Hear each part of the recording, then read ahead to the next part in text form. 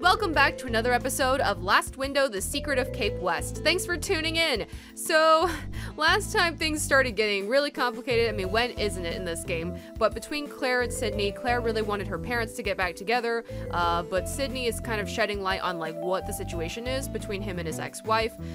She thought he was cheating on her with Mags, because he like borrowed money from her, and also he like defended her in a trial for something about her husband. So we're just at, it sounds crazy. This is our first time hearing about this, so let's just ask for more details. All right, seeing as it's you I'm talking to, but you have to promise to keep it to yourself, mind. Of course. 13 years ago, Mrs. Patrice was a suspect in a certain incident. Ooh. The jury returned a verdict of innocent though, and she was freed. So it is something about the husband, right? Sorry, again, random days, there will be gaps between episodes, so I won't always remember what just happened beforehand, so don't mind me when I need a refresher. What kind of incident was it?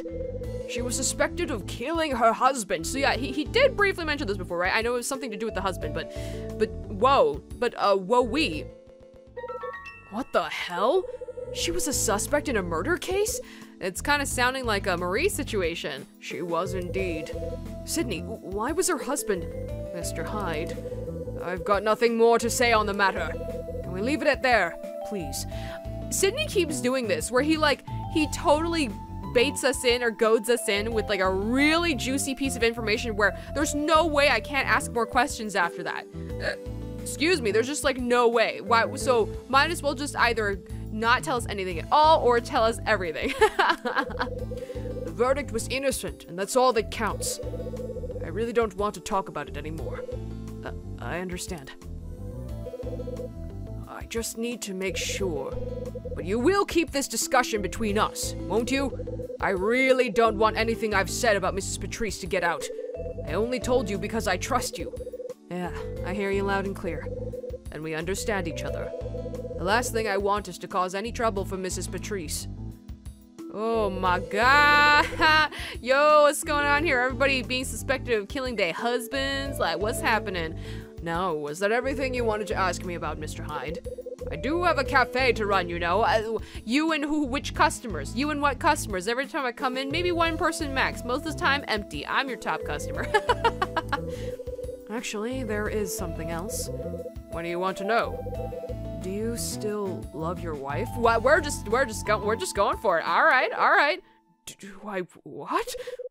I want to hear how you really feel about her. Well, Aww. I love her, and there's no denying it. I just haven't got the confidence to tell her. It's the song! Promise is playing! To tell her you love her. Not exactly. To tell her that I want us to give it another try. You understand what I'm saying, don't you, Mr. Hyde? Even when two people really love each other, it doesn't guarantee it'll work out. Yep, there are a lot of complicated, extenuating circumstances that could totally get in the way. I get it. The real reason we separated was to do with me. When I think about how it happened now, I can see exactly why she walked out. If only I could have seen the things the way I see them now. I tried to console myself by making her the villain and branding her as heartless, but the truth is, I was a fool. The worst thing is that it took losing my wife for me to notice how she was feeling. That's why I'm afraid. I'm afraid that if we did get back together, I'd do the same thing over again. I'm sure she's thinking along the same exact lines, though. You may feel unsettled, but you clearly want to have another shot at happiness. Mr. Hyde. Claire told me about the promise you made her. She did? She told me about the first Christmas you spent without your wife.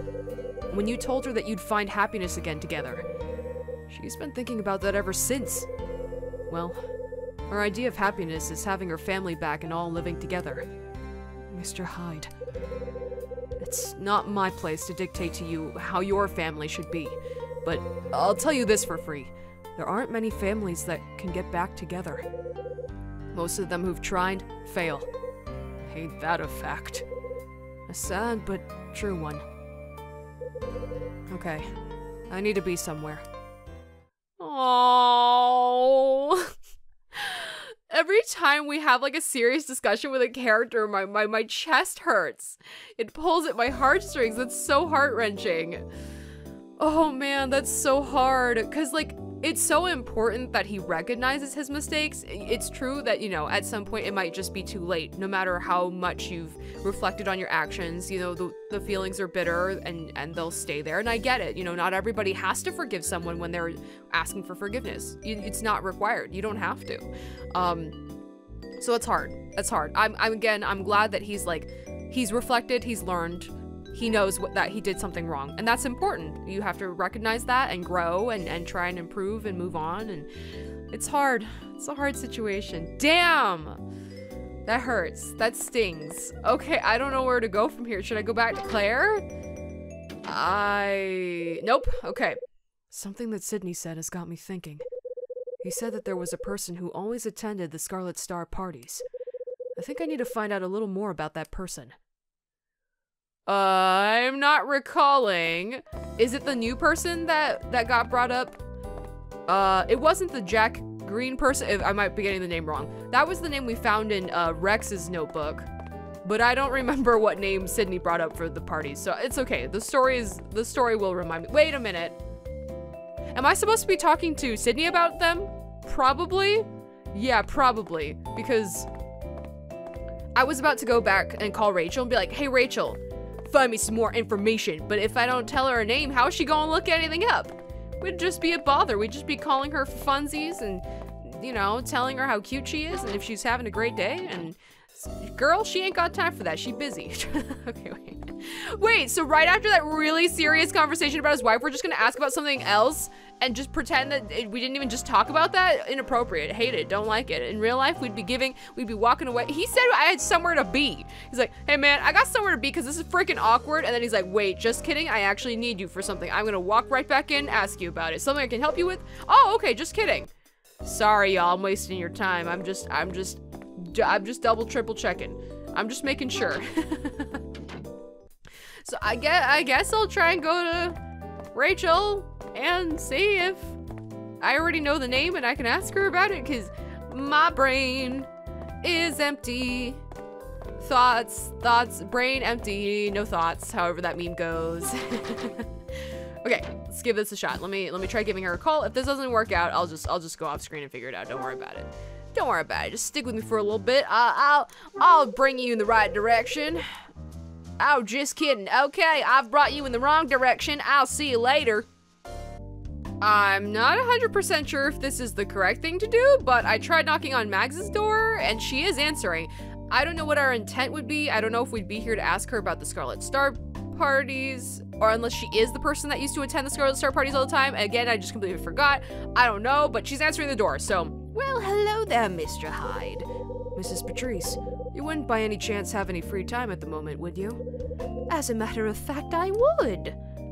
Hello. We've just heard some crazy things about you. There's something I'd like to ask you. And what might that be? I'd like to hear about your court case. No, I'd like to hear about your husband. Sure? Sure, because court case is getting too, it's right in there, so no, that's not appropriate. I'd like to hear about your husband. Why would you want to know about him? When we last spoke, you told me a little about your late husband. You said he enjoyed jazz music and even used to play the saxophone. That's right. I must confess, I'm into jazz music too.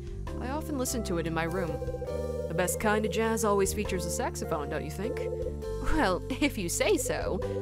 So, once I heard that your late husband played it, I instantly became interested. Smooth transition. Smooth transition. Would you be so kind as to tell me a little more about him? Why, certainly, since you asked so nicely. It's not like I have an ulterior motive trying to ask about whether you freaking killed your husband or not, or something like that. Don't worry about that. Please come inside. Oh man, we have such a complicated relationship with Mags. Our conversations often turn to very sore subjects and very personal subjects, and we just, it gets messy. It gets messy. Mrs. Patrice, your husband played the tenor saxophone, didn't he? Yes, that's right. When did he start? As a pro, I mean.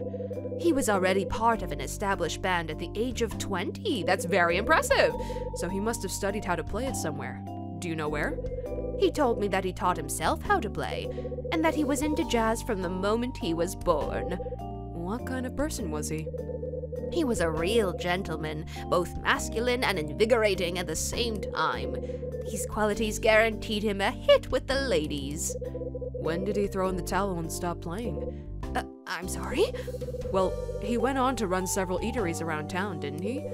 And he was a regular guest at the hotel restaurant here too, right? So wait. This is all information that Sidney told us, so she didn't tell us this, correct? So she'd probably be like, where'd you hear all that? Like, we're getting a little pushy, I'm uncomfortable. Who told you that, Mr. Hyde? Sidney from the cafe, I looked it up. Wait! Okay, wait, Sidney told us to promise that we wouldn't mention anything he told us. But if we say we looked it up, we'd look really creepy. But we have to protect Sidney. It can't have been from him, right? We can't out him like that, right? Oh no, I hate this. This is so scary. Every conversation with Mags is always so terrifying. I looked it up, I guess. If I get a game over, I get a game over. I looked it up. I found out all about him from an old newspaper article I got from the library. Yeah, that's it. Yep. It was right there alongside one about your court case. Oh no! It seems like you've gone to great lengths to investigate me, Mr. Hyde. Doesn't it? Tell me, why is it that you've been investigating me? I told you, I'm interested. I'm keen to learn more about the kind of stuff your late husband played. Not to mention about you, seeing as you're a widow, just like my mom. Okay, so she must have mentioned the court case to us personally then, because we're bringing it up without a very, very, very strong reaction out of her, so. Oh my god! I see. So you know everything, it would seem. I don't know if I should press her. Should I be pressing her? I feel like I shouldn't be. Oh no, because like I feel like we're in hot water right now. Should I stay silent? I'm staying silent. Oh boy. Uh-oh. Was that bad? Should we leave? Okay, wait. Hyde might prompt me. Hyde might prompt me. Hold on. The way Mags was acting just now changed suddenly. So I am supposed. She must have found something I said funny. I don't like this. I'm getting scared. I feel like we're gonna reveal like a secret mafia boss or something like that. I'm so terrified. Oh no. Okay, Mrs. Patrice. Why did you laugh suddenly just now? What? Did I say something funny? I just had to laugh. Like, why not? Because we're coming in all presumptuous, looking up things about her. That's creepy. That's really weird. People don't do that with each other. It might seem normal in this game because Dylan is doing it all the time and other people are like, hey, I know everything about you like constantly, so it might seem normal in their context, but that's not normal. So I would agree with her reaction. I would kind of be like, oh, this is ridiculous. Seriously, boy? Like, like I could understand that reaction. I have things in my past that I would be happy never to share with anyone, and I was planning on keeping it that way until we've all gone our separate ways. Yet as the day we all leave draws ever closer, you choose now to suddenly develop an interest in my past. I just found that very amusing. Mrs. Patrice. It seems like we're landing on hot water right now. She's giving in? Or why? Are you sure? Is it that you're gonna let me in on the info and then you're gonna get rid of the evidence later? Huh? I'll answer your questions. I was suspected of murdering my husband. That was 13 years ago. So she's just going into it. She's just going. So I wonder why. Is it because we kind of appealed to her via like the relationship contrast between like her and our mother, or like why is she giving in? Is it because we're so persistent? I don't know. That was 13 years ago. When he and I were living together, our house was burgled one day. The burglar struck me and then knocked me unconscious. Oh, that's so scary. That's so scary. I'm so sorry.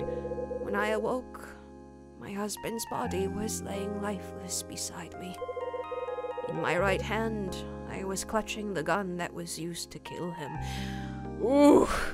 Ooh, that's really heavy. That's really heavy. I was framed by somebody. The evidence was more than sufficient for them to hold me as a suspect. But it seemed that fate smiled on me that day as I was declared innocent. We shouldn't have been pushing this much. We really shouldn't have been. We really shouldn't have been. This is not... Oh my god. Was the real culprit caught? No, they never found him. And though I was declared innocent, people will always remember the accusations. Mud sticks, or whatever the saying is. What you said about my late husband is quite true, Mr. Hyde. He was a regular face at this place when it was a hotel. On the day I was acquitted, I took control of the money my husband left to me and purchased the hotel.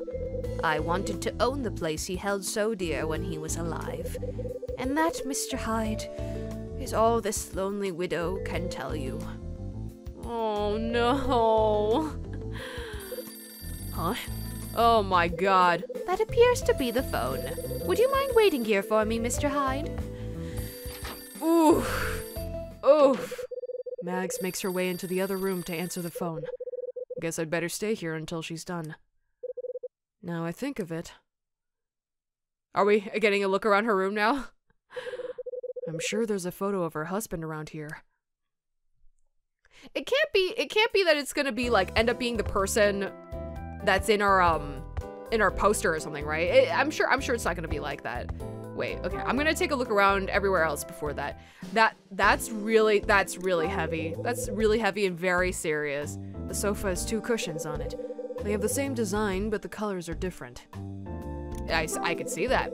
On the table is a package addressed to Mags. I wonder why someone decided to send her a clock. A wooden coffee table with a square lace tablecloth on top of it. The armchair matches the sofa. I can't look at anything back here, and that's okay. Alright, okay. Looks like there isn't too much for me to look at around here. I guess this is the place of interest, the point of interest. Let's look around. Oh, wow, look at these 2. This photograph is of 2 young women. Based on their clothes, they must be dancers. This is a pretty old picture. It was one of the Mags. Did she mention being a dancer? Was that somebody else? Maybe I'm thinking of somebody else. This picture has the signatures of George and Margaret on it, so that must be them. Wow, look at them. And that's also quite an impressive necklace. Holy cow. This must be a picture of Mags when she was younger.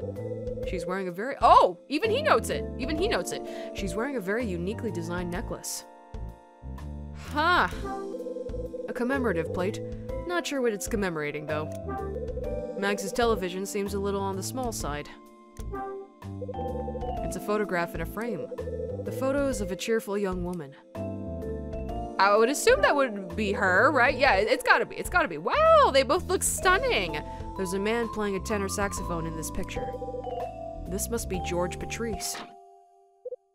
The door to the room opens and Mags walks in. I'm sorry to have kept you waiting, Mr. Hyde. It's no problem. I took the liberty of looking at the pictures on the shelf. Oh, these old things. Here, let's ask one question before we end off the episode. Let's do it. That picture hanging on the wall with the 2 women, is one of them you? You're absolutely right. Can you tell, though, Mr. Hyde? Tell which one of them is me. Wait, I don't know. I wasn't paying super close attention. Am I gonna insult her if I get it wrong?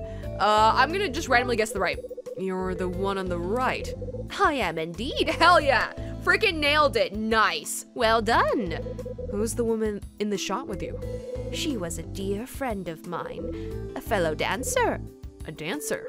Yes, it may be hard to believe now, but I was once a dancer. I feel like she told us this before. Oh, she's wearing the same necklace now. Okay. All right, let's go ask more about the pictures and more about, you know, her past and her husband in the next episode. I don't know. Our relationship with Mags is so fascinating.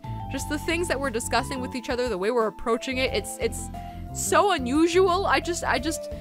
if she's willing to talk to me about things, I guess, but we're being quite pushy about it, and I guess it's all for the sake of you know, finding out more information on this mystery that's been plaguing us. So I guess we'll see what we can find out. See you next time. This is Axis, over and out.